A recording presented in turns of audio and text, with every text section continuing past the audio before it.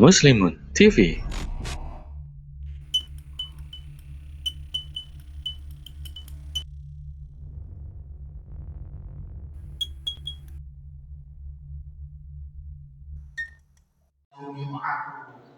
Orang-orang yang sudah mati sampai Allah harus tegaskan. Orang yang sudah mati harus kembali ke dunia.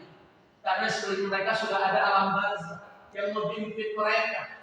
Orang mati aja kalau kita makamkan orang mati diinjak-injak ke tanah dipadatkan.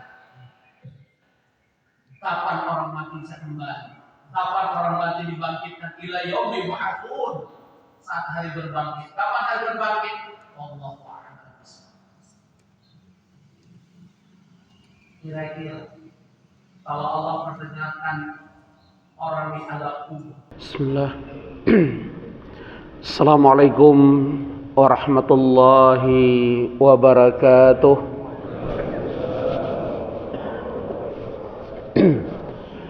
Innal hamdalillah nahmaduhu wa nasta'inu wa nastaghfiruh wa natubu ilaihi wa na'udzu billahi min shururi anfusina min sayyiati a'malina may yahdihillahu fala mudilla lahu wa may yudlil fala hadiyalah.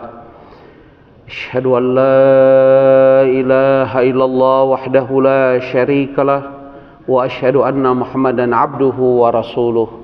Amma ba'd. Ma'asyiral muslimin wal muslimat, ikhwani wa ikhwati fid din, jamaah salat subuh Masjid Al-Muslimun rahimani wa rahimakumullah. Alhamdulillahilladzi bi ni'matihi tatimmus shalihat. Tsumma alhamdulillah ala kulli hal.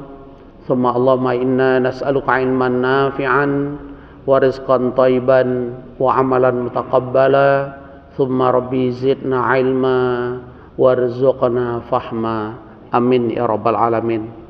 Alhamdulillah, pada subuh hari ini dengan rahmat izin Allah kita kembali melanjutkan bahasan bulan lalu. Qadarullah belum selesai, sikap seorang muslim muslimah terhadap Al-Quran. Kita ketahui keutamaan kalau kita menjadi ahlul Quran itu keutamaannya sangat banyak. Dalam catatan kita, kalau boleh kita jelaskan yang sering kita pahami berdasarkan hadis Sahih Bukhari dan Muslim, khairukum man ta'allamal Qur'ana wa 'allamahu. Ternyata manusia yang terbaik di antara kita adalah yang mempelajari Quran, yang mencoba belajar memahaminya dan juga berusaha mengamalkannya dan mengajarkan orang lain. Itulah manusia yang terbaik. Memang ukuran manusia terbaik itu bukan hanya satu faktor. Banyak sekali penjelasan Rasulullah SAW. Kalau perlu nanti kita bahas apa kriteria manusia terbaik. Selain mereka ahlul Quran, juga seperti contohnya khairun nas anfa'um linnas, sebaik-baik manusia berbuat baik kepada manusia yang lain. Juga ada keterangan dari beliau, khairukum li ahli wa ana khairukum li ahli. Ternyata berbuat baik pada keluarga juga menjadi indikator manusia yang terbaik. Hakikatnya demikian. Dan banyak indikator yang lain. Itulah ajaran Islam, karena hakikatnya Rasulullah SAW mencintai umatnya supaya kita menjadi manusia terbaik di hadapan Allah Subhanahu wa Ta'ala. Bukan hanya mengejar terbaik di hadapan manusia, bukan sekedar kita mencari popularitas di hadapan manusia, karena hakikatnya itu adalah popularitas pengakuan yang semu. Pagi dia ridho dengan kita, pagi dia menghormati kita, belum tentu nanti sore dia akan menghormati kita. Maka kata Imam Syafi'i, suatu yang mustahil apabila kamu mengharapkan ridho manusia. Sampai demikian ungkapan beliau.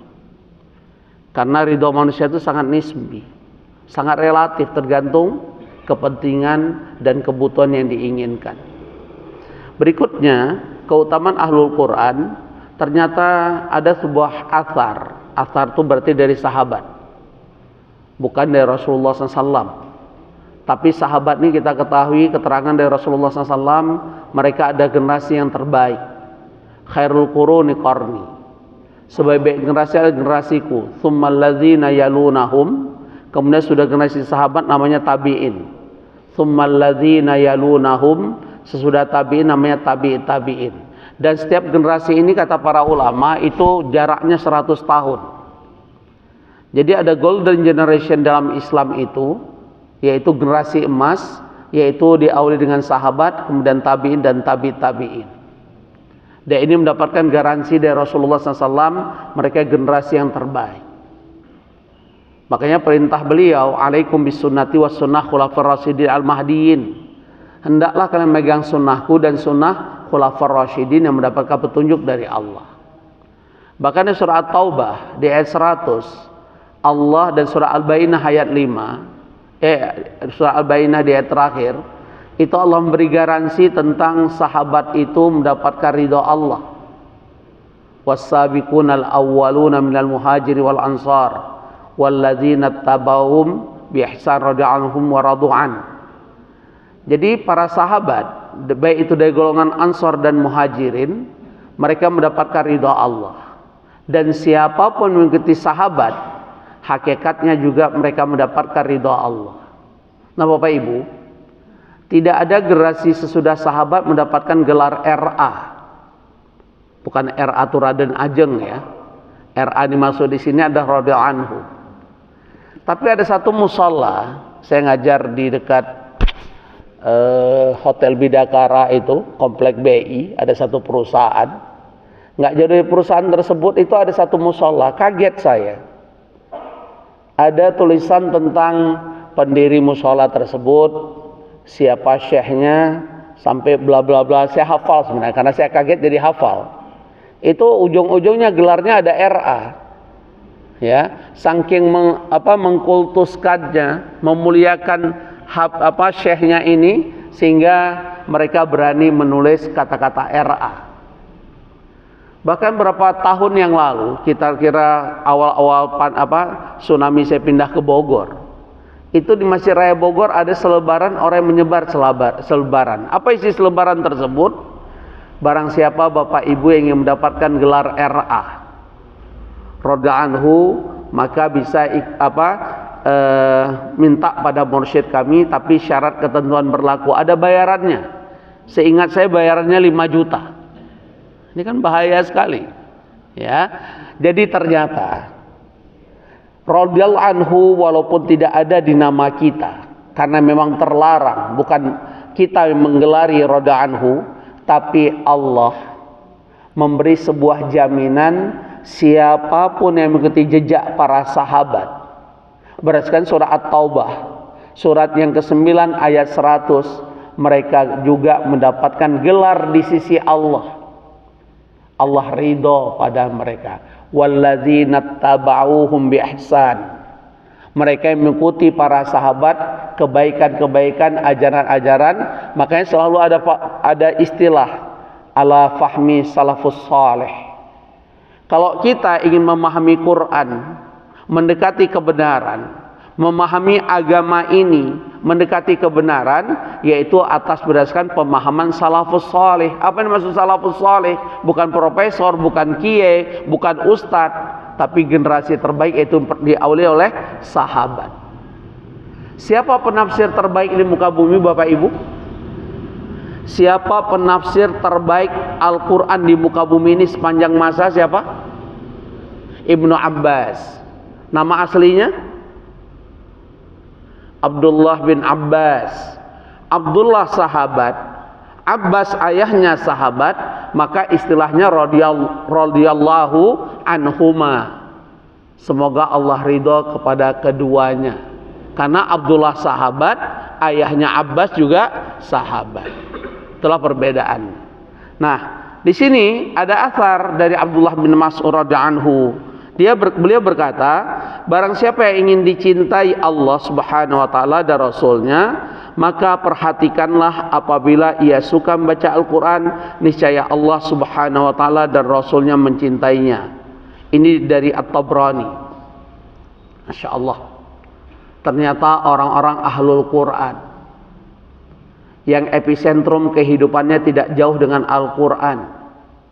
Karena kata Rasulullah SAW dalam hadis Ahmad, zikir terbaik membaca Al-Quran. Ya, apalagi Al-Quran sebagai hudan, sebagai syifa, sebagai rahmat, sebagai mau'izah, maka hakikatnya umat Islam tidak boleh jauh dengan Al-Quran. Tapi yang seperti saya sampaikan bulan lalu, menurut survei Kementerian Agama beberapa tahun yang lalu, umat Islam yang bisa membaca Al-Quran dengan baik dan benar, ya, itu hanya berapa persen? Tidak sampai 10% malah. Level hanya bisa baca Quran baru 20%, tapi membaca Quran dengan baik dan benar levelnya hanya 5-7%. Nah, ini pentingnya Bapak Ibu, tidak ada istilah terlambat membaca Al-Quran. Mohon maaf, saya kadang-kadang sering ngajar komunitas pensiunan. Jadi saya mohon maaf tidak boleh menyebut. Padahal mereka adalah orang-orang intelektual, mantan-mantan birokrat hebat. Tapi wa'iyadzubillah, saat kita suruh baca Al-Quran, dia profesor, tapi level baca Qurannya TK. Padahal yang kita pahami, orang tua kita dulu, menurut saya, sangat ketat memperhatikan tentang anak-anak mereka. Masih ingat gak Bapak Ibu? Yang namanya maghrib dan subuh kita disuruh baca Quran, masih ingat gak? Nah, kemana orang-orang yang bisa baca Quran? Jangan-jangan bohongi ayahnya itu. Ke masjid, tapi nggak di masjid baca Quran. Nonton Scooby-Doo jangan-jangan. Saya ingat Scooby-Doo ini kenapa? Karena satu malam saya berpikir ayah saya itu kurang sehat, nggak mungkin tahu saya nggak ngaji. Dan teman-teman ngajak saya nonton Scooby-Doo. Qadarullah, ternyata ayah saya Isya datang ke masjid. Bahkan jadi muadzin. Begitu saya selesai nonton Scooby-Doo, gemetar saya. Ini pasti masalah saya ayah saya pulang ke rumah. Benar. Ditanya, tadi maghrib nggak ngaji ya? Sudah gemetar. Kok anak-anak dulu kan gemetar kita ya kalau ditanya. Boro-boro natap wajah ayah. Baru ditanya aja kita udah merasa karisma ayah tuh terasa. Anak-anak sekarang coba lihat. Karena cara kita mendidik yang keliru. Semua keinginan anak, kebutuhan anak selalu kita perhatikan. Kalau orang tua dulu kita dibiarkan kita merdeka, artinya menata hidup tuh lebih mandiri kita. Betul nggak Bapak Ibu? Anak-anak sekarang kan semua serba kita ini. Makan dicekoki, sekolah dicekoki. Dulu kita jadi menjadi orang-orang yang tangguh mandiri. Anak-anak sekarang coba lihat, pam minta duit. Sampai udah nikah pun masih pam minta duit. Wa'iyadzubillah. Kita berharap dia yang mencoba membahagiakan kita masih paham minta duit. Dan anak-anak itu sebenarnya kalau boleh jujur, bukan dia yang salah. Kita yang salah cara mendidiknya. Kasihan, nggak tega.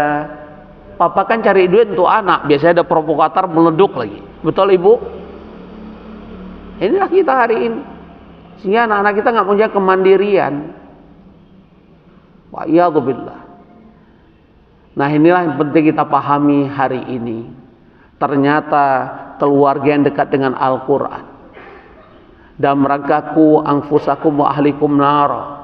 Seperti perintah Allah surah At-Tahrim ayat 6. Jagalah dirimu dan keluarga api neraka. Salah satu cara penjagaan kita, zayyinu buyutakum bil Quran. Hiasilah rumahmu dengan Al-Quran. La taj'alu buyutakum qubura. Jangan jadikan rumahmu seperti kuburan. Artinya rumah itu harus hidup dengan amalan-amalan. Amalan yang utama yaitu dengan Al-Quran. Karena ada perintah Rasulullah SAW, hiasi rumahmu dengan Al-Quran. Karena dengan Al-Quran inilah rumah kita mengandung keberkahan. Dengan amal-amal solehlah Allah akan ridho dengan rumah tangga kita. Dengan cara itulah kita menjaga diri kita dan keluarga kita dari api neraka. Dengan cara amal-amal yang Allah dan Rasulnya perintahkanlah, kita akan family gathering, masuk surga bareng nanti di surganya Aden. Berdasarkan firman Allah surah Ar-Ra'du, surat 13 di ayat 22. Walladzina sabaru ibtigha wajhi rabbihim. Mereka yang sabar membangun ketaatan di hadapan Allah. Wa aqamus shalah. Mereka mendirikan salat, menjaga salat. Wa anfiqu mimma razaqnahum sirra wa alaniyah. Mereka selalu menjadi ahli sedekah. Keluarga yang menginfakkan hartanya di jalan Allah baik dalam keadaan lapang maupun baik dalam keadaan sembunyi-sembunyi maupun terang-terangan. Dan yang terakhir, wa yadra'una bil hasanati as-sayyi'ah. Sosok rumah tangga yang selalu menolak kemungkaran dan mereka banyak beramal soleh. Di antara amal soleh itu apa? Ayo jujur Bapak Ibu. Siapa di antara jamaah muslimun menerapkan aturan yang namanya habis maghrib dan subuh keluarga dan anak-anak di rumah tangga kita baca Al-Quran? Kalau saya bertanya boleh angkat tangan, ya nggak boleh saya Ustaz, nggak begitu. Ayo siapa? Berarti jangan salahkan anak-anak kita. Bahkan yang anehnya tadi saya katakan, mereka sudah tua. Bayangan saya yang dulu aturan orang tua kita dulu itu ketat terhadap Al-Quran. Tapi justru kalau saya ngajar para pensiunan, kaget saya. Padahal secara dunia mereka orang-orang intelek. Yang tadi saya kata ada profesor, dokter, mantan staf ahli menteri, yang belum saya cek tuh menteri. Ya, itu contohnya demikian. Ya, tapi bisa kita pahami itu. Nah, berdasarkan athar ini semoga menjadi targhib. Apa targhib itu? Motivasi untuk kita semua. Pentingnya kita dekat dengan Al-Quran, termasuk kita ajak keluarga kita untuk dekat dengan Al-Quran. Berikutnya, ternyata orang yang dekat dengan Al-Quran disebut ahlullah, keluarganya Allah. Betapa bangganya manusia kalau dia ada di antara keluarganya menjadi orang hebat negeri ini. Bangga dia. Betapa bangganya seseorang kalau dia bisa dekat dengan ring satunya kepresidenan. Betapa bangganya dia kalau dia dekat dengan seorang pengusaha hebat. Nggak usah di negeri ini, di kota Bogor aja. Nggak usah dekat presiden, merasa dekat camat kayak ada kebanggaan. Makanya saya mau nanya, orang-orang yang salaman dengan orang-orang hebat di negeri ini atau mungkin di kota ini, kemudian dia pajang foto di ruang keluarganya, tujuannya apa? Coba jawab. Kalau tujuannya ujub, tujuannya ria, syirik tidak? Kalau begitu sebutkan apa manfaat pajang foto? Ayo Pak jawab. Min husni islamil mar'i tarku ma la ya'ni. Kata Rasulullah SAW dari riwayat Muslim, sosok muslim yang baik meninggalkan hal-hal yang tidak bermanfaat, hal-hal yang sia-sia. Kalau Allah jelaskan di surah Al-Mu'minun ayat 3, sesudah Allah jelaskan qad aflahal mu'minun, siapa sosok mukmin yang beruntung? Di antaranya kata Allah walladzina hum 'anil lagwi mu'ridun, mereka menghindari perbuatan yang sia-sia. Bagaimana keterangan Rasulullah SAW saat beliau ingin masuk ke rumah Aisyah? Ya, Aisyah ingin buat kejutan pada suaminya sehingga dia pasang satu tirai yang ada gambar makhluk hidup bernyawa. Apa yang terjadi? Pernah dengar nggak riwayat ini? Rasulullah SAW ditahan oleh malaikat Jibril, tidak boleh masuk ke rumah Aisyah. Kenapa? Karena ada makhluk bernyawa, dilarang. Maka Aisyah bertanya, ya Rasulullah, kenapa kau tidak masuk ke rumah? Aku buat kejutan untukmu. Turunkan ya Aisyah, aku dilarang malaikat Jibril untuk masuk ke rumah ini karena ada makhluk bernyawa dalam rumah kita. Akhirnya diturunkan, dijadikan keset kaki. Pernah dengar nggak riwayat ini? Nah hari ini coba jawab, apa manfaat pajang foto keluarga di ruang tamu? Apalagi tidak sedikit pajang foto keluarga, banyak anggota keluarga tidak nutup aurat. Bisa bantu saya? Yang bisa bantu saya traktir.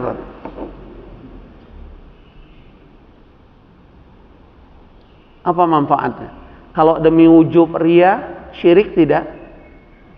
Asgharu syirik indallah ar-riya. Syirik yang paling kecil di sisi Allah apa? Ria. Ria itu apa? Memamerkan. Ria itu apa? Dia beramal, dia pajang foto supaya orang mengagumi tentang dirinya dan keluarganya. Bahaya nggak itu Bapak-bapak? Saya cuma bisa menyampaikan. Kalau bapak ibu tetap kekeh kumaha aing, itu urusan bapak ibu dengan Allah. Karena semua kita diberi potensi oleh Allah yang sama. Fa'alhamaha fujuraha wa taqwaha. Semua kita diilhamkan, apakah kita milih fujur? Fujur itu apa? Kedurhakaan, kemaksiatan, keingkaran, atau takwa, ketaatan, menjalankan segala perintah Allah dan Rasulnya. Ini pilihan hidup kita masing-masing. Bukan tugas saya dan tugas para asatidz memaksa. Kami hanya menjelaskan. Berikutnya, jadi ini ada hadis riwayat An-Nasa'i, Ibnu Majah dan Al-Hakim dari Anas bin Malik radhiyallahu anhu bahwasanya Rasulullah SAW bersabda, sesungguhnya Allah Subhanahu wa taala memiliki ahli atau keluarga di antara manusia. Para sahabat bertanya, man ahlullah? Siapa keluarganya Allah? Jawaban Rasulullah SAW, ahlul Quran. Allahu Akbar. Semoga saya dan bapak ibu bercita-cita anak-anak kita ahlul Quran. Jangan amin wae action. Setiap maghrib isya disuruh baca Quran nggak anak-anaknya? Keluarga kita punya target nggak, atau diri kita punya target nggak setiap bulan khatam Quran? Semoga pertanyaan saya ini bertanggung jawab seterhadap diri saya. Bahayakan kami bertanya pada jamaah, kami tidak mengamalkannya. Wa iyadzubillah wa a'udzubillah, kabura maqtan indallahi an taqulu ma la taf'alun. Celaka seseorang mengatakan sesuatu tapi dia tidak berbuat. Berkali-kali saya sampaikan, nggak enak jadi ustaz. Pertanggungjawabannya dunia akhirat. Dunia apa? Salah kami mengajarkan, berarti kami mengajarkan sesat menyesatkan. Diri kami dhal wa mudil. Akhiratnya apa? Apa yang kami sampaikan kami tidak berbuat, oh celaka. Salah satu penghuni neraka pertama siapa? Ustadz kan? Alim kan? Qori kan? Tokoh Islam, tokoh masyarakat kan? Kalau niatnya bukan karena Allah. Bahkan dari Sahih Bukhari, wa iyadzubillah, kami yang menyampaikan tidak berbuat, digunting lidah kami oleh Allah nanti di hari kiamat. Jadi berat Pak, jangan dipikir mudah. Tapi saya pribadi berharap dengan ucapan ini menjadi motivasi. Saya ngajak jamaah muslimun, ayo khatamkan Quran setiap bulan. Caranya bagaimana? One day one juz. Caranya bagaimana one day one juz? Yang nggak terbiasa baca Quran sekali duduk 1 juz atau 2 juz, mau tidak mau disiplinkan diri. Setiap habis sholat baca Quran 2 lembar bolak-balik. Ini bolak-balik beneran, bukan bolak-balik martabak telur. Coba setiap habis sholat baca Quran 2 lembar bolak-balik. Sanggup nggak Bapak Ibu? Nah, insya Allah. Tapi pakai Allah, paksakan. Masih ingat nggak jurus 4K menghadirkan satu amal soleh di tengah kehidupan kita? K pertama apa? Masih ingat? Supaya yang tadi amal soleh jarang kita kerjakan, sehingga amal ini menjadi sebuah amalan dan kita mampu istiqomah. K pertama apa? Keterpaksaan. Paksakan dulu diri. Ya namanya habis sholat, aku harus memaksakan diriku baca Quran 2 lembar bolak-balik. Nggak ada istilah mata semakin tua Ustadz, mata makin murem. Terus dulu muda juga alasannya nanti udah tua baru baca Quran. Udah tua nanti alasannya apa? Mata udah katarak. Terus kapan baca Quran? Ada aja jawaban. Makanya kata Allah apa? Dan surah Al-Mu'minun di ayat 99 sampai dengan ayat 100. Hatta idza ja'adakumul maut qala rabbirji'un. Apabila salah seorang dari kamu datang ajal kematian, apa ucapan orang yang menyesal ini? Bahasa kita mati apes karena selalu ngeles di hadapan Allah. Qala rabbirji'un, ya Tuhanku kembalikan aku ke dunia. Untuk apa kata Allah? La'ali amalu salihan fima taraktu, supaya aku bisa beramal soleh yang selama ini aku tinggalkan. Apa jawaban Allah? Kalla, sekali-kali tidak. Innaha kalimatun huwa qailuha, itu hanya ucapanmu semata, dalihmu semata. Dulu muda alasannya sibuk, udah tua alasannya encok kumat, mata semakin susah, terus cari alasan. Makanya Allah jelaskan surah Al-Kahfi ayat 54. Siapa manusia ini? Wa kanal insanu aktsara syai'in jadala. Manusia ini makhluk yang suka membantah kata Allah. Yang suka ngeles, cari-cari alasan. Sudah digambarkan semua oleh Allah. Apa kata Allah tadi? Innaha kalimatun huwa qailuha wa mi waraim barzakhun ila yaumi ba'atsun.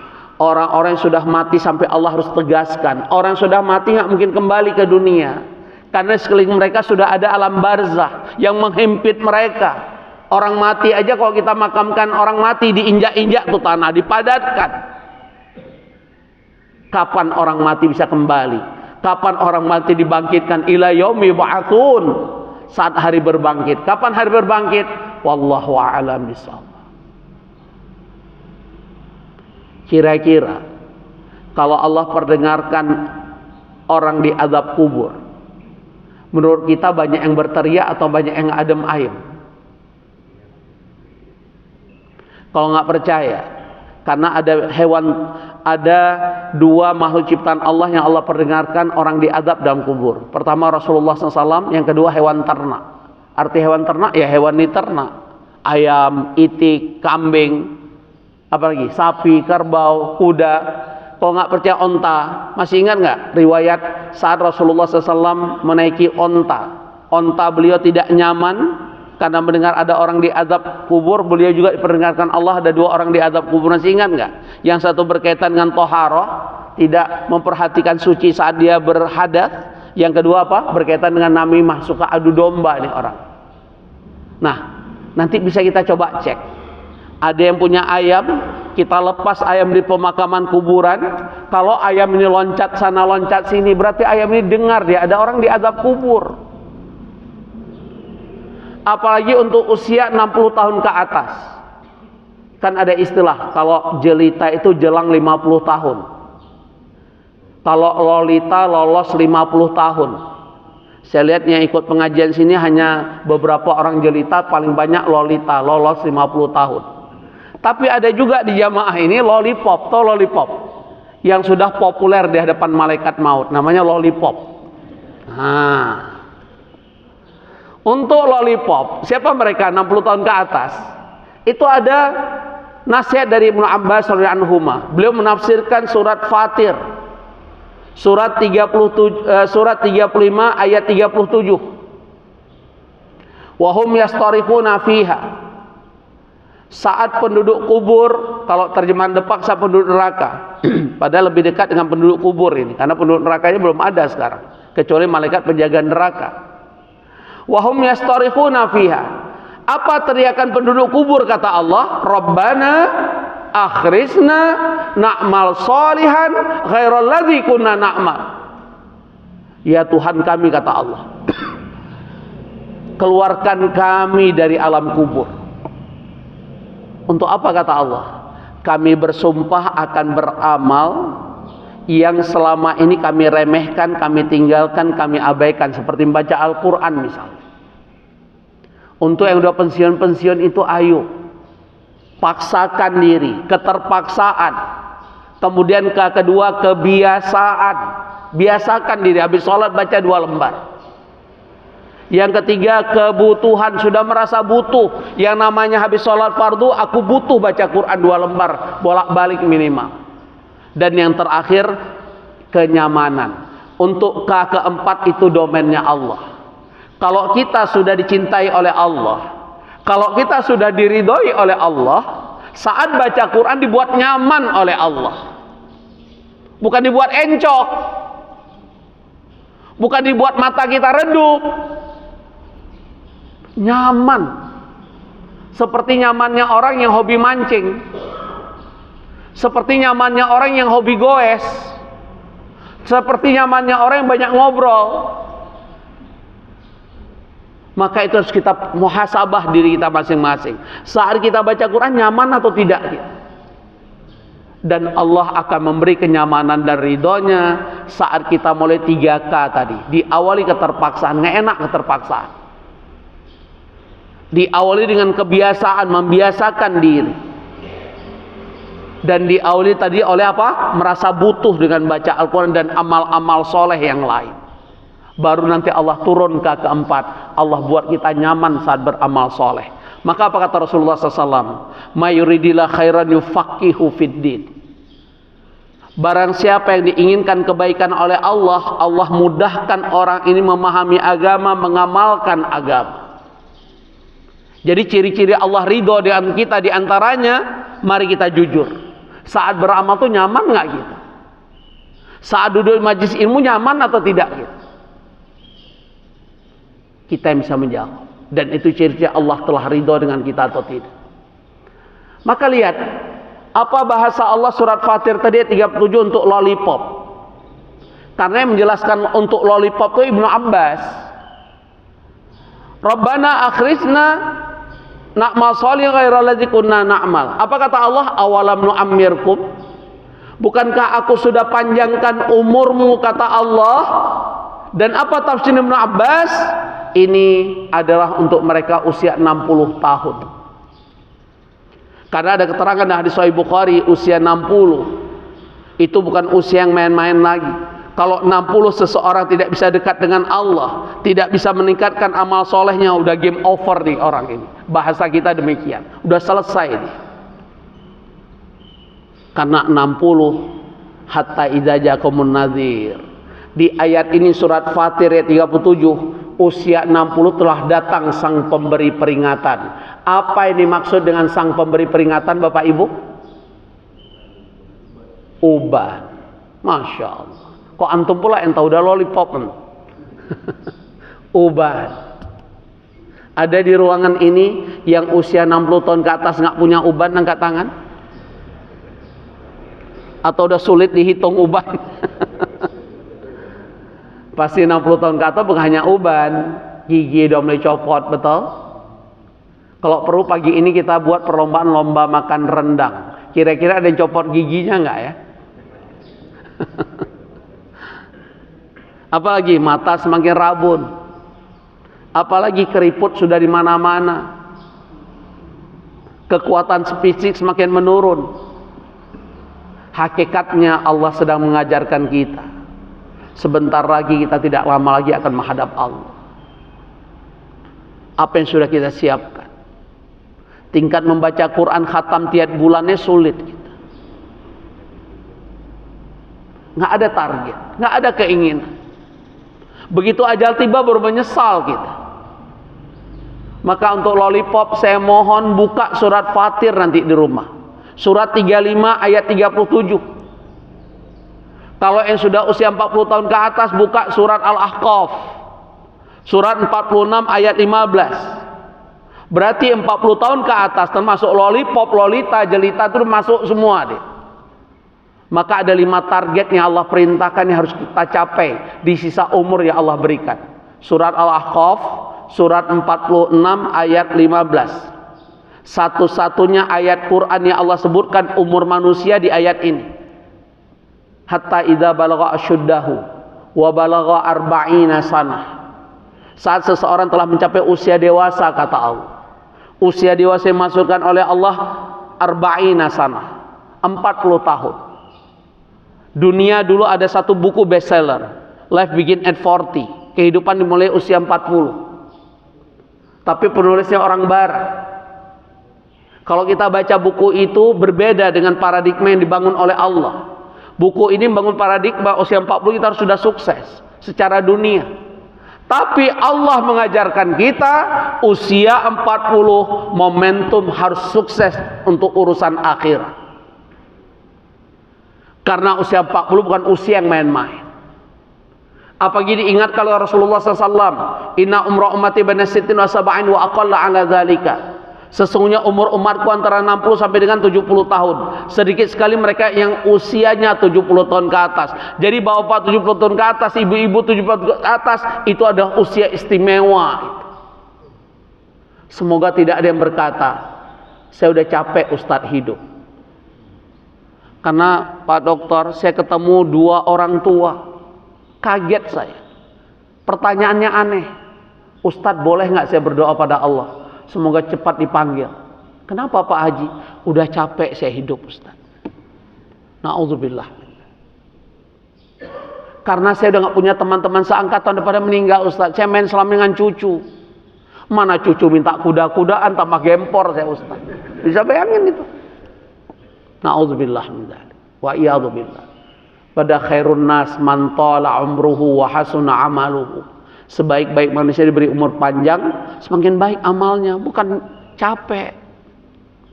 Bukan boleh nggak aku berdoa pada Allah supaya diwafatkan, naudzubillah. Ingat, 2 orang tua saya ketemu, kaget saya. Rata-rata usia mereka 90 tahun. Kecapek Ustaz. Plus tadi punya apa? Keluhannya apa? Udah nggak punya teman sejawat. Jadi mainnya dengan cucu. Cucunya repot lagi main kuda-kudaan katanya. Tambah gempor kakek. Ya naudzubillah wa iyadzubillah. Bertaut pada Allah, minta umur yang barokah. Hakikatnya demikian. Kita lanjutkan. Jadi Masya Allah, harusnya bangga kita dekat Al-Quran. Harusnya semua kita memaksakan diri kita, keluarga kita untuk dekat Al-Quran. Kenapa? Karena kita ahlullah. Kita keluarganya Allah. Nggak bangga jadi keluarga Allah. Keluarga si A, si B, si C. Apa kebanggaan? Dia membantu kita berapa sih? Bahkan tidak sedikit mereka pemilik keluarga yang hebat. Saya Ustadz dihina. Kami dihina, kedatang ke rumahnya dihina. Nggak diperhatikan. Terus apa kebanggaannya? Coba jadi ahlullah. Nggak pernah Allah hinakan kita. Justru Allah muliakan kita. Justru kita manusia yang terbaik, betul? Khairukum man ta'allamal Qur'ana wa 'allamahu. Rugi nggak menjadi ahlul Quran. Karena ahlul Quran wa ahlullah. Makanya pentingnya kita punya target anak-anak kita itu harus ahlul Quran supaya ahlullah. Semua kita punya niat, punya cita-cita anak-anak kita penghafal Quran. Maka itu yang saya motivasi pada anak-anak saya. Abi nggak bangga kamu jadi apapun, tapi Abi bangga kamu menjadi ahlul Quran. Kalau sudah ahlul Quran, silahkan menjadi insinyur kayak mau apa. Itu yang terjadi Pakistan. Coba siapa yang pernah tugas Pakistan? Pilot hafal Quran, ahli nuklir hafal Quran. Karena di Pakistan dibiasakan anak-anak mereka usia 10 tahun ke bawah itu udah hafal Quran. Rumah tahfiz di mana-mana. Bukan sebuah lagi keanehan satu keluarga ada penghafal Quran. Coba di negeri ini, termasuk di keluarga saya yang sosial motivasi anak-anak. Mohon doa. Karena itu yang menjadi motivasi saya, dan itu selalu saya sampaikan pada anak-anak. Abi akan bawa kalian umroh, plus terserah kalian. Kalau kalian hafal 30 juz, Abi akan uji. Mohon doanya Bapak Ibu. Ada satu anak saya menuju ke sana. Dia sudah hafal 30 juz, tinggal memungkinkan. Kemarin ujian 20 juz sekali duduk. Saya berharap, karena dia bilang, Abi doakan aku Februari ini aku target 30 juz sekali duduk. Masya Allah. Ya, ada satu anak, Abi aku disuruh ikut olimpiade matematik oleh pesantrenku karena nilai matematikku hebat. Cuman Abi nggak terlalu bangga, nak.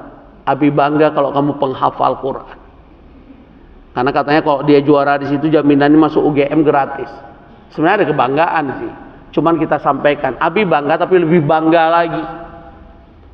Hakikatnya demikian. Nah, Bapak Ibu, apa keutamaan yang keempat? Mempelajari 10 ayat dari Al-Quran lebih baik daripada berdagang dengan nilai keuntungan yang sangat banyak. Saya pernah menyampaikan satu kuis dulu. Satu huruf Al-Quran apa fadilahnya semua tahu.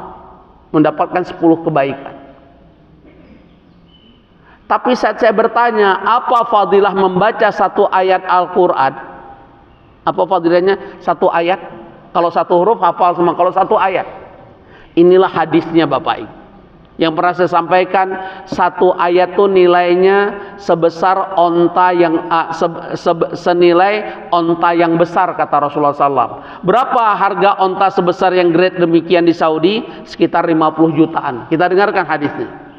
Dari Uqbah bin Amir radhiyallahu anhu bahwasanya Rasulullah SAW bersabda, siapakah di antara kalian yang mau pergi setiap harinya ke Buton dan Al-Aqiq? Apa ini Buton dan Aqiq? Nama lembah di sekitar Madinah, ya. Kemudian ia kembali dengan membawa 2 ekor onta besar dengan syarat dia tidak melakukan perbuatan dosa dan tidak pula memutuskan tali silaturahim. Ada sebuah hadis dari Imam Muslim dari Rasulullah SAW. Ada 3 penghalang doa seseorang itu tidak dikabulkan oleh Allah. Yang pertama al-athim, orang yang melakukan dosa dan dia tidak mohon ampun di hadapan Allah. Makanya pentingnya habis sholat itu istighfar dulu. Pentingnya habis sholat itu berdoa Allah mantas salam. Pentingnya habis sholat itu berdoa Allah malamannya lima a'taita sampai akhir. Pentingnya habis sholat kita bertasbih, bertahmid, bertakbir dan bertahlil. Baru berdoa. Jangan seperti seolah-olah yakin sekali doanya dikabulkan Allah. Assalamualaikum warahmatullahi wabarakatuh. Al-Fatihah Al-Fatihah doa bob. Istighfar kagak, doa kagak, memuji Allah kagak, langsung doa. Gimana kira-kira SOP? Kita aja masuk ke tempat pejabat ada SOP-nya, ada protokolernya. Tanya apa yang pernah masuk istana negara, capek kita protokolernya. HP nggak boleh bawa, 2 jam sebelum presiden datang udah duduk, nggak boleh ngobrol. Di mana enaknya coba? Hanya kebanggaan doang. Paling pulang kasih amplopnya berapa lah? Kira-kira demikian.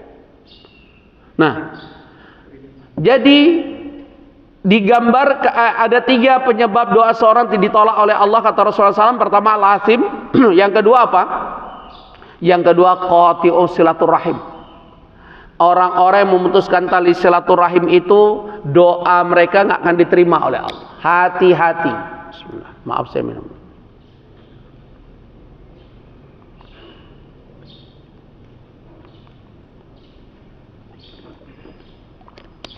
Mohon maaf, sunnahnya minum itu 3 kali Bapak Ibu.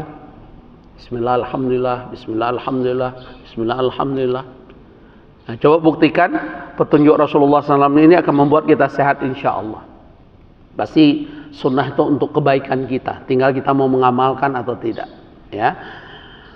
Yang ketiga, jadi yang kedua saya ingatkan qati'u silaturahim. Hati-hati yang memutuskan tali silaturahim. Apapun alasannya, dia duluan ustaz, dia jual saya beli. Ini martabat harga diri. Bahasa apa ini?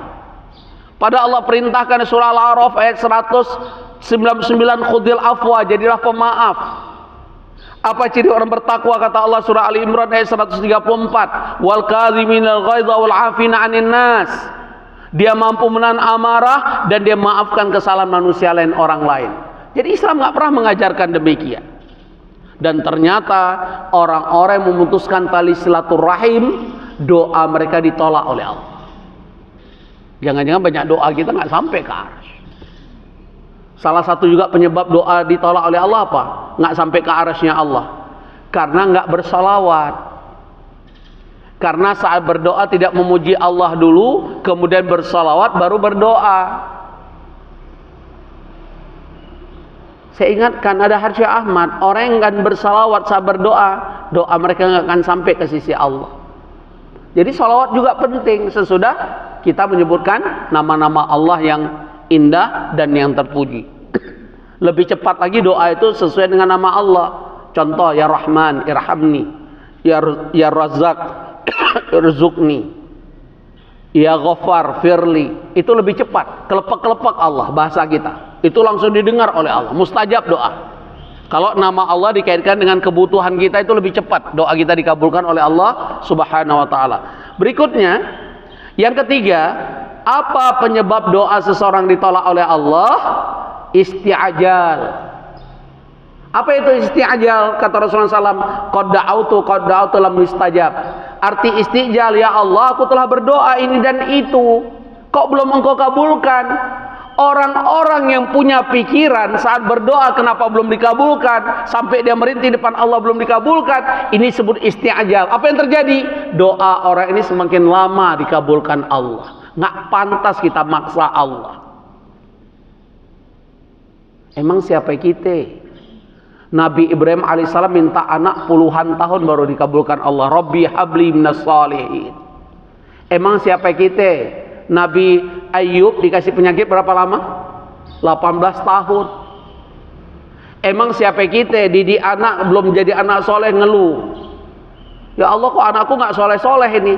Nabi Nuh alaihissalam didik anaknya Kan'an berapa lama itu? Sampai akhir hayat. Ya bunayya irkam ma'ana.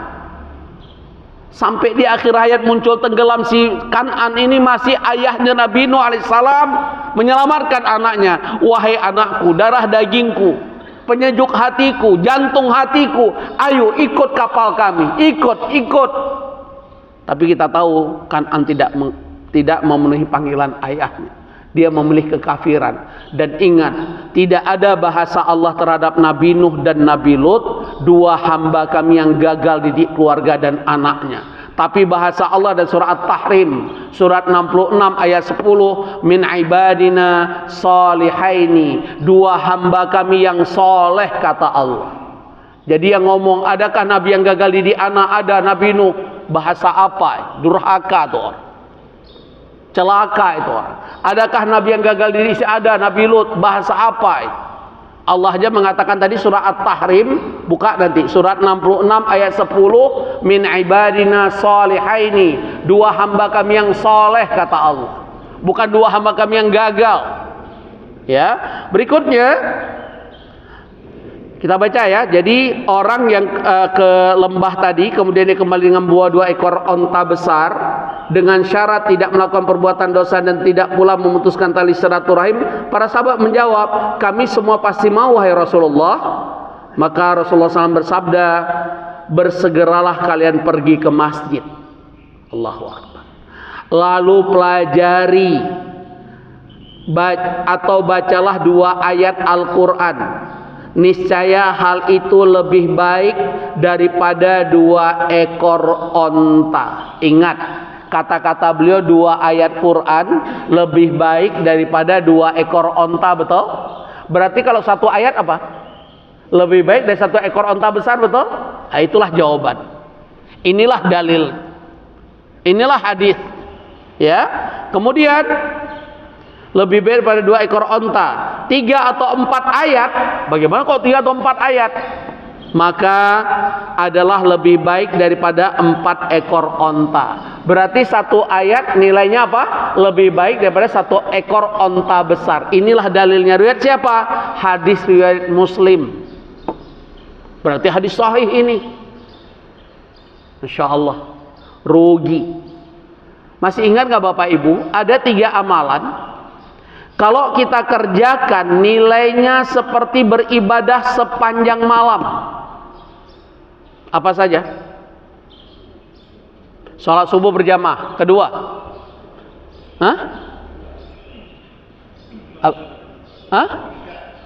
Isya separuh malam.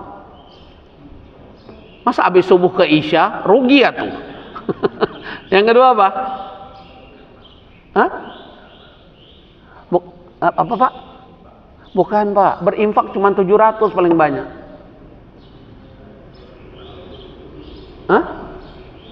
Qobliyah subuh lebih baik pada dunia dan seisinya, nggak ada hubungan kan? Saya ulangi nih fadilahnya. Kalau kita mengerjakan 3 amalan ini, setiap amalan punya nilainya seperti beribadah sepanjang malam. Apa saja? Nah, kalau nggak tahu fadilah biasanya lemot-lemot nih amalannya. Pertama, sholat subuh berjamaah, alhamdulillah. Dan Bapak Ibu saya yakin.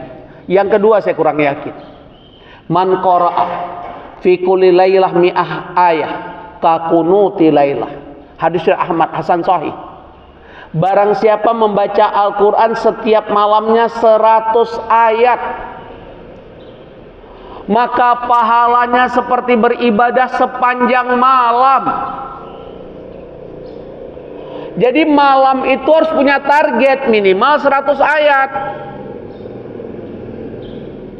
Kuat? Siap? Boleh kok dicicil. Habis maghrib 50 ayat sampai Isya. Habis Isya menjelang tidur tambah berapa? Kuatnya 20 ayat.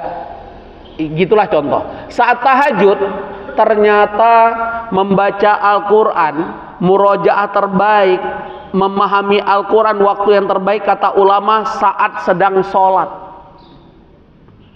Jadi Bapak Ibu yang tadi ingin targetnya 100 ayat dan qadarullah masih banyak hutang, habis maghrib mungkin lemot dan sebagainya, saat tahajud boleh baca Quran.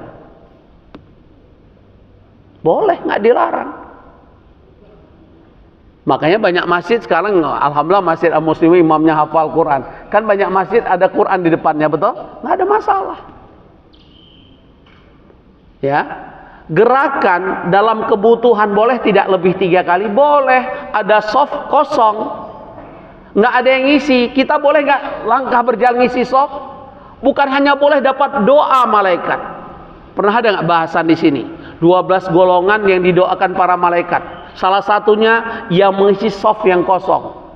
Untuk ngisi soft kosong kemana? Jalan boleh. Ingat sutroh, batas, nggak boleh melewati orang sholat dalam sholat berjamaah. Apa sutrohnya? Imam. Jadi kalau ada orang kentut, buang angin atau batal lewat tempat kita, jangan didorong. Ini nggak paham nih orang, kurang ilmu nih orang. Sutroh sholat berjamaah itu imam. Jangan nanti ada orang lewati kita lagi sholat didorong dia. Padahal kita berimam dengan imam. Jadi sutroh pembatas sholat berjamaah itu imam. Ada orang batal, biar aja, nggak ada masalah dia melewati kita. Tidak termasuk larangan tidak melewati orang yang sedang sholat. Kalau sholat berjamaah sutrohnya apa? Imam. Hakikatnya demikian. Ya. Nah, inilah hadis Bapak Ibu yang menjadi rujukan kita, menjadi motivasi kita. Ternyata satu ayat yang kita baca nilainya 50 juta. 3 amalan tersebut. Pertama tadi sholat subuh berjamaah yang nilainya seperti beribadah sepanjang malam. Yang kedua membaca Al-Quran setiap malam 100 ayat.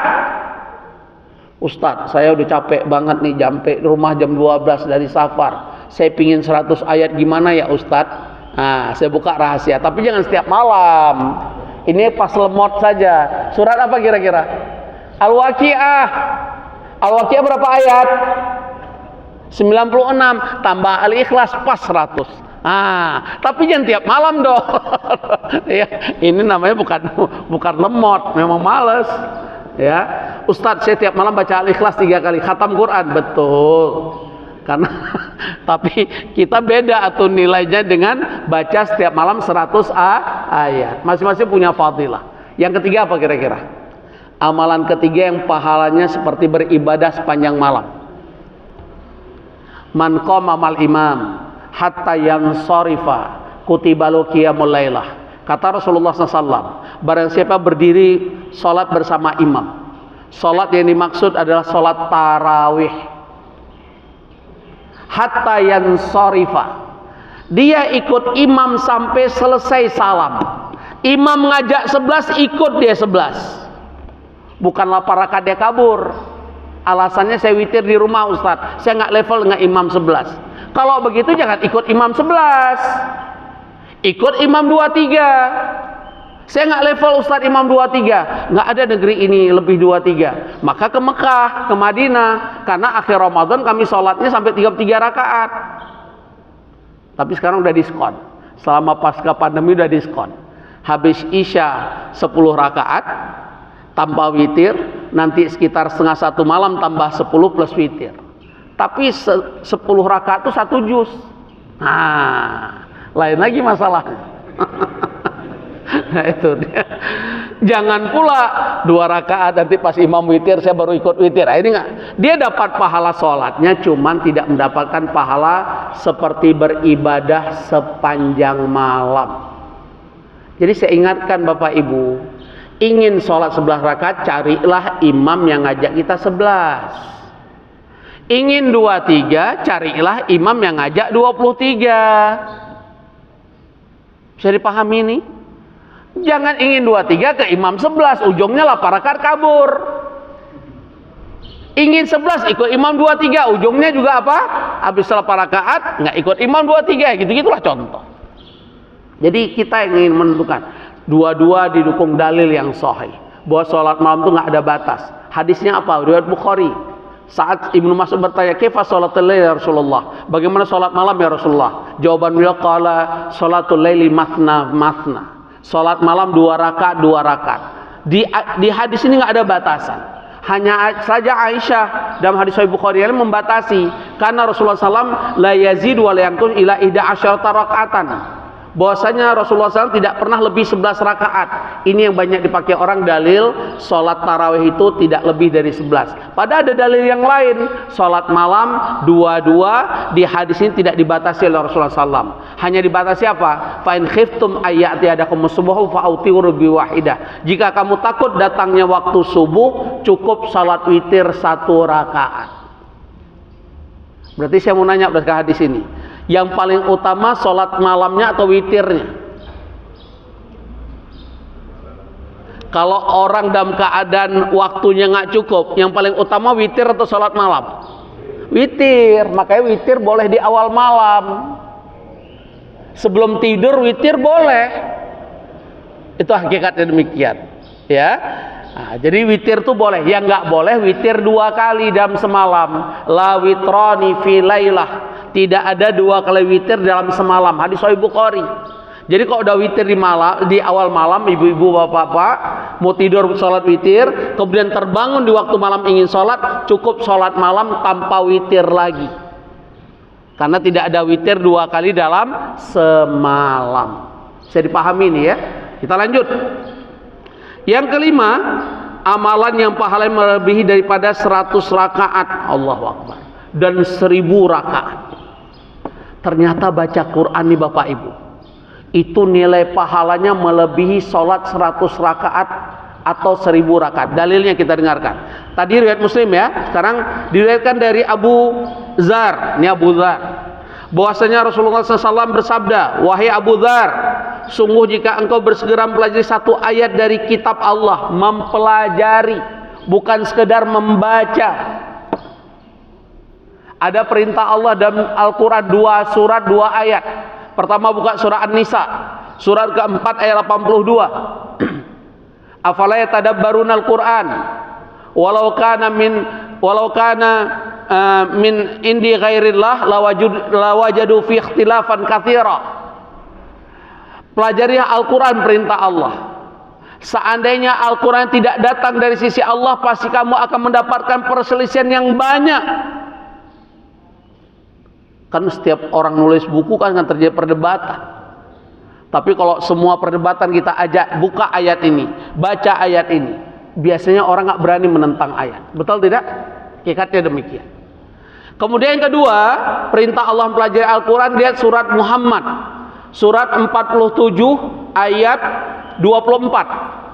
Surat 47 Muhammad ayatnya 24. Afala yatadabbarunal Qur'an am ala qulubin aqfaluha. Kenapa kamu tidak mempelajari Al-Qur'an kalau tidak hatimu tertutup dari kebenaran?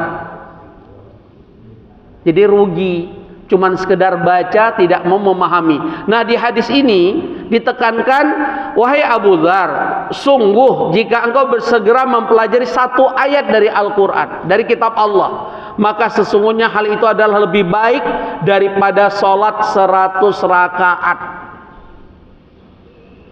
Jadi Bapak Ibu, hadis ini memotivasi kita pentingnya baca Quran sambil memahami. Hanya saja saya ingatkan, Bapak Ibu memahami Quran nggak perlu seperti baca Quran. Cukup sehari 1 atau 2 ayat udah hebat banget. Apa kata Umar bin Khattab? Ini Umar, kami selesai membaca mempelajari surat Al-Baqarah 10 tahun lamanya. Saya ulangin, ini ucapan Umar bin Khattab. Kami membaca dan mempelajari surat Al-Baqarah 10 tahun lamanya. Kira-kira kalau kita level itu betah nggak baca Al-Baqarah?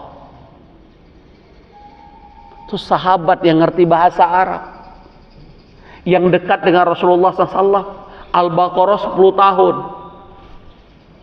Coba ada ustadz ngajarin Al-Baqarah 10 tahun nggak dipakai tuh ustadz. Itu mulu yang diajar. Masih begitu level. Padahal yang diajar itu ditanya yang dulu juga nggak ngerti juga. Pokoknya itu. Itu contohnya demikian. Jadi sekarang udah kritis banget nilai ustadz. Ya, hakikatnya demikian. Nah, saya ulangi ya, Masya Allah nih hadis. Mempelajari 1 ayat dari kitab Allah, maka sesungguhnya hal itu adalah lebih baik daripada sholat 100 rakaat.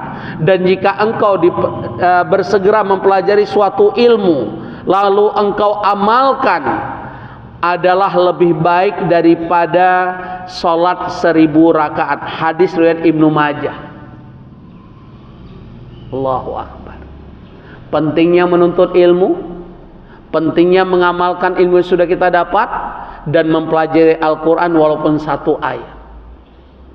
Ingat, orang baca Quran tapi tidak tersentuh, tidak mau memahami ayat Al-Quran, apa kata Rasulullah SAW? Sayati zaman kana nasu yaqra'unal Quran la yujawizu hanajizahum. Akan datang suatu zaman di mana banyak orang baca Quran, tapi Quran yang mereka baca tidak sampai kerongkongan. Apa artinya? Dia nggak ada keinginan memahami Al-Quran. Bapak ibu baca Quran dengan baik dan benar, kemudian diikuti yang pelajari Al-Quran, itu lebih mulia Bapak ibu. Tapi orang nggak baca Quran dibanding orang yang baca Quran, beda kelasnya. Nah, yang terakhir ya, dan banyak sebenarnya, bukan terakhir ini karena waktu.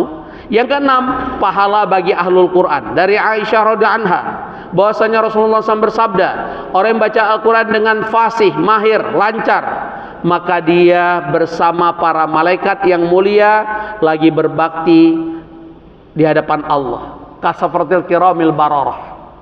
Adapun orang yang baca Al-Quran dia tak terbata-bata, falau ajrani, maka orang ini mendapatkan 2 pahala. Ini sudah Tirmidzi. Pahala apa kata ulama? Pahala membaca Quran setiap huruf dan setiap ayat. Yang kedua, pahala letihnya dia membaca Al-Quran. Karena orang baca Quran terbata-bata, letih nggak Pak? 1 ayat bisa 5 menit ya seni. Zalikal kita itu. Allahu Akbar. Karena waktu masih banyak, ada 9 lagi keutamaan ahlul Quran, dan sikap kita terhadap Al-Quran belum selesai juga. Insya Allah kita lanjutkan bulan depan. Sabar. Menuntut ilmu itu emang nggak mudah. Ya, harus sabar. Ya, yang penting 1 ayat yang kita dapatkan, kita amalkan, itu lebih mulia pada banyak ayat nggak kita amalkan, betul? Na'udzubillah wa iyyakum. Ada pertanyaan? Silahkan. Ya, silahkan. Ini baru jam 6 loh, jangan dipikir jam 7 ya. Baru jam 6 ini. Karena syuruknya cepat memang. Bismillahirrahmanirrahim. Assalamualaikum warahmatullahi wabarakatuh. Assalamualaikum warahmatullahi wabarakatuh. Di awal tadi Pak Ustadz menyatakan bahwa zikir yang terbaik itu adalah membaca Al-Quran. Bukan tapi, kata saya, kata Rasulullah SAW. Iya, artinya di awal tadi disampaikan seperti itu. Nah, artinya kalau kita menyimak di surah Al-Ahzab ayat 42-43 bahwa wasabihu bukrata wa asila, itu kan artinya bahwa dikatakan bahwa zikir itu adalah dengan pagi dan petang gitu Ustaz ya. Nah, ini ada fenomena ya, katakanlah di kita ini, di masjid ini ada yang mengamalkan lebih baik berzikir daripada membaca Al-Quran gitu. Nah, kita juga tidak bisa menyalahkan pendapat seperti itu, boleh aja gitu. Tapi sebenarnya yang terbaik itu seperti apa sih Ustadz? Artinya apakah pilihan yang terbaik itu kita membaca Al-Quran sejak subuh sampai suruk, atau kita kan katanya membaca Quran tuh bisa kapan aja gitu ya, di luar suruk kita bisa baca Quran. Nah, mana yang terbaik? Kalau tadi kita pilihan-pilihan itu artinya mana yang terbaik dari segi fadilahnya. Nah, ini mohon pencerahan. Makasih Ustaz. Assalamualaikum warahmatullahi wabarakatuh. Bismillah. Bukrata wa asila, wasabihu bukrata wa asila. Berarti ada waktu terbaik saat kita berzikir. Kalau di situ bertasbih dan baca Al-Quran di waktu pagi dan petang. Maka kita mengenal hari ini dengan izin Allah lewat kajian-kajian ilmu, lewat orang-orang anak-anak kita yang sudah belajar dari manapun, Al-Azhar, mungkin dari Ummul Qura, dari Madinah University. Kita mendapatkan hari ini ilmu yang baru. Ada zikir pagi dan petang. Zaman Pak Haji muda, remaja, pernah dengar nggak zikir pagi petang? Nggak pernah kan? Nggak pernah ya? Kita bersyukur dengan ilmu kita dapat. Hari ini Bapak Ibu pernah saya buat kuis, kaget dengan bahasa. Kenapa saya katakan 1 ayat nilainya seperti seekor onta besar? Ada riwayat. bukan sebuah karangan. Itulah ilmu. Pentingnya duduk di majelis ilmu. Selama yang disampaikan qala Allah qala Rasul, jangan taklid buta dengan apa yang kita pahami selama ini. Kita harus terus menuntut ilmu. Dengan menuntut ilmu kita akan banyak amalan-amalan yang tadi tidak pernah kita kerjakan. Zikir pagi petang. Nah, jawaban yang betul, wallahu a'lam bishawab, kalau bapak habis sholat subuh, kemudian ada zikir habis sholat, betul? Bahkan sudah zikir habis sholat, bapak juga disunnahkan, disyariatkan berdoa, betul? Selesai itu bapak pertama bacalah zikir pagi, asbahna wa asbahal mulku lillah. Kalau bapak hafal, insya Allah zikir pagi itu nggak lebih dari setengah jam. Sedangkan waktu syuruk itu masih ada Pak, menjelang syuruk. Kalau bapak terbiasa baca Quran, habis zikir pagi bapak punya kesempatan menjelang syuruk 6:05 seperti ini, bapak insya Allah bisa khatam baca Quran 1 juz. Saya ngomong ini alhamdulillah, hadza min fadli rabbi. Jadi zikir habis sholat dapat, zikir pagi dapat, baca Quran 1 juz dapat. Minimal untuk bapak mungkin nggak 1 juz lah, bisa baca berapa lembar sambil menunggu syuruk. Begitu waktu syuruk tiba, bapak ingin menyelesaikan baca Al-Quran, bapak sholat 2 rakaat syuruk atau isyraq, bapak dapat lagi seperti pahala haji dan umroh, sempurna. Apalagi bapak dapat, kita dapat ini sekarang ini, kita didoakan malaikat muqarrabin. Apalagi kita dapat sepulang dari pengajian ini, Allah yang Maha Tahu bertanya pada malaikat muqarrabin, dari mana kamu? Dari majelis muslim. Apa yang mereka bicarakan? Mereka bicarakan kebesaran Engkau ya Allah. Apa yang mereka mohon? Mereka mohon ampunan dari Engkau ya Allah. Apa jawaban Allah? Qad ghafartu lahum. Aku ampuni dosa-dosa jamaah masjid muslimun. Tapi syaratnya ikhlas karena Allah. Bukan karena nggak enak, bukan karena apapun, ikhlas karena Allah. Apalagi Pak dapat, kita didoakan malaikat. Selama kita duduk masjid muslimun dari tadi sampai sekarang, doa mereka apa? Allahumma fir lahum warhamhum, ya Allah ampuni dosa mereka, rahmati mereka. Apalagi yang kita dapat Pak, selama kita duduk, kita dicatat pahala orang sholat. Padahal nggak sholat kita, ada yang selonjor, ada yang ngobrol mungkin, dapat pahala itu. Jadi jawaban yang betul, zikir kerjakan, karena zikir pagi itu yang terbaik Pak. Habis subuh sampai tuluk, sampai terbitnya matahari. Bagaimana Ustadz, saya terlambat baca zikir, udah tuluk ini Ustadz, udah terbit matahari, boleh nggak zikir pagi? Tetap boleh, cuman afdolnya hilang. Sekarang zikir petang, habis asar ada zikir habis sholat, betul? Kemudian bapak baca zikir petang, amsayna. Kalau petang Pak lebih banyak lagi bapak punya waktu baca Quran. Apalagi di hari Jumat.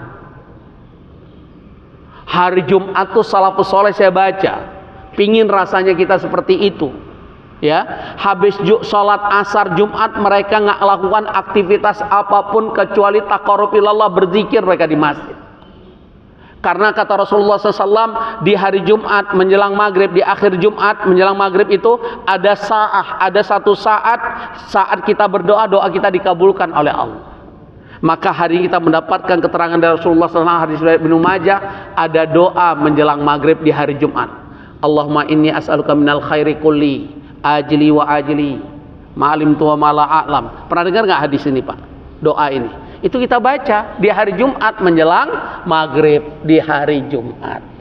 Jadi semua benar, yang nggak benar yang lalai. Yang nggak benar lidah bibir tidak dibasahi dengan kalimat zikir. Yang mau berzikir dahulukan, kalau di waktu pagi dan petang ada zikir pagi petang, dan masih banyak waktu membaca Al-Quran. Saya ngomong ini saya praktek Pak, ternyata banyak waktunya kalau mau. Jangan lagi zikir tidur Pak, pasti hilang habis waktunya. Lagi subhanallah, nah ini habis waktunya sudah.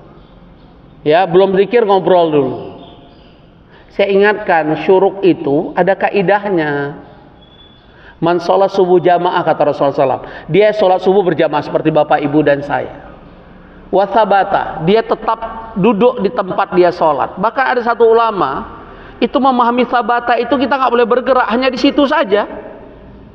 Ambil Quran buka nggak boleh. Arti sabata itu begitu, sampai itu pemahaman. Tapi wallahu a'lam dalam fikih ada yang mengatakan selama itu masih tempat sholat, wilayah sholat subuh kita masih boleh ambil Quran, kita berpindah. Tapi ulama ini saya baca, saya lupa nama ulama ini, ya. Arti sabata itu tetap duduk di situ. Maka saya umroh kemarin Ramadan, ada orang Afrika dari Somalia. Saat soft kosong, dia suruh kita jalan terus ngisi soft. Dia tetap di situ. Karena dia tahu kalau kita ngisi soft kosong habis sholat subuh, selesai subuh kan pemilik tempat itikaf balik dia ke situ kan, kita diusir. Dia nggak mau sampai begitu, dia tetap kekeh di situ. Karena dipahami arti sabata. Udah, jadi kata Rasulullah SAW, dia sholat subuh berjamaah, kemudian dia tetap di tempat dia sholat. Wa dzakarallah, dia berzikir pada Allah. Jadi syarat mendapatkan pahala haji, umroh, salat syuruk tuh berzikir pada Allah, bukan tidur, bukan ngobrol, bukan apapun. Berzikir pada Allah apa diantaranya? Baca Quran, zikir, thalabul ilmi, ini zikir semua. Jadi nuntut ilmu juga zikir, Pak. Ya. Kemudian hatta tatula syams, sampai terbitnya matahari, ya, seperti ini sudah terbit matahari. Bahkan kaidahnya, sunnahnya terbit matahari ini maksud naik satu tumbak. Makanya ada fatwa dari Lajnah Daimah MUI-nya Saudi. Bunyi titit tadi waktu itu adalah bukan syuruk tapi tuluk. Arti tuluk matahari sedang proses terbit. Jadi kalau bapak ibu sholatnya sedang bunyi titit, itu justru waktu keharaman sholat, karena matahari sedang proses terbit. Jadi dari bunyi tit tambah 15-20 menit, itu baru, sekarang ditambah kan, baru matahari naik satu tumbak. Itulah sholat syuruk terbaik. Sholat syuruk itu apa, Pak? Apa kaidah sholat syuruk? Sholat syuruk itu sholat duha di awal waktu. Jadi arti sholat syuruk itu apa? Sholatud duha fi awalil waqt. Saya nanya dengan Syekh di sana, makna isyraq ya Syekh? Jawaban beliau, sholat duha di awal waktu. Itulah arti sholat syuruk. Nah, kaidah sholat duha apa, Pak? Matahari sudah terbit sempurna, boleh sholat duha, betul? Walaupun sholat duha terbaik saat kaki anak onta kepanasan. Jam berapa, Pak, sholat duha terbaik? Antara jam 10 sampai jam 11. Ini sholat waktu duha terbaik. Ustadz, tadi kan kita suruh sholat duha. Kan sholat duha terbaik 4 rakaat setiap hari. 2 kita ambil di syuruk, yang 2 nanti jam 10 pagi. Ya, barang siapa mengawali pagi harinya dengan 4 rakaat, kata Rasulullah SAW, dijamin rezeki oleh Allah. Tapi arti rezeki yang dipahami duit dan duit, fulus dan fulus. Begitu sholat duha puluhan tahun kok hidup saya miskin melulu, Ustaz. Inilah paham, gagal paham. Arti rezeki itu sehat, bahagia, rezeki Allah bukan? Buat apa uang banyak sakit-sakitan, betul ya? Itulah salah memahami rezeki aja kita. Wa iyadzubillah. Saya pikir itu, Pak. Jadi semua benar. Yang nggak benar nggak ngerjain. Itu contoh demikian. Lebih benar tadi zikir habis sholat dia kerjain, ada zikir pagi asbahna, dia baca Quran, dia sholat syuruk, masya Allah, barokah. Cukup ya, kita akhiri dengan doa kafarat majlis. Subhanakallahumma bihamdika, asyhadu an la ilaha illa anta, astaghfiruka wa atubu ilaik. Masih sabar ya, bertahan mempelajari Al-Quran, karena masih banyak ini fadilahnya. Udah disampaikan fadilah masih malas, itu udah wallahu alam saya nih. Ya, assalamualaikum warahmatullahi wabarakatuh.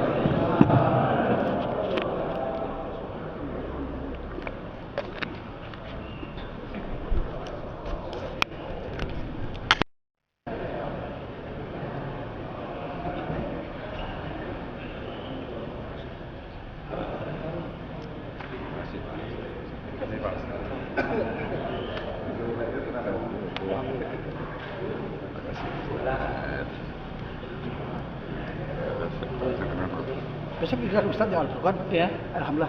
Ya. Makasih Ustaz.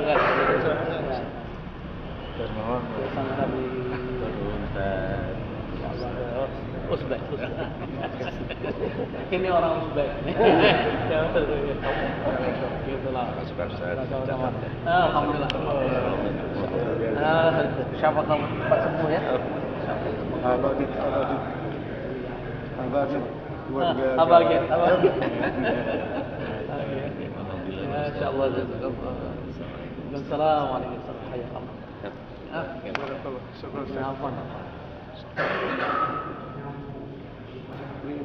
Sama-sama.